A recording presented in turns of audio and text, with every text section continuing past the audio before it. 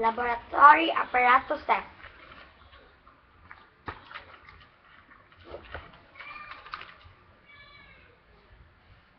Crucible and cover. Use all chemicals and powder to be heated. Wire gauze. Spreads the heat of the burner and prevents the breaking of the objects being heated. Wire gauze. Once again, wire gauze is a laboratory apparatus test. Mortar and pestle. Used to grind chemicals into finer texture. Used also for mixing.